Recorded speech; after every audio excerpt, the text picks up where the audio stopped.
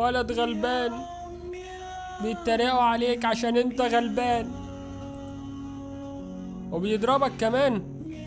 رايح فين؟ ما تزعلش، انت ليه قاعد كده؟ العب كاراتيه. بيتمرن على التفاحة. جامد.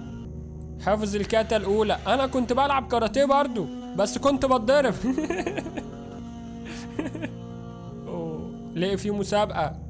هوب، فاز بأول بطولة. جامد.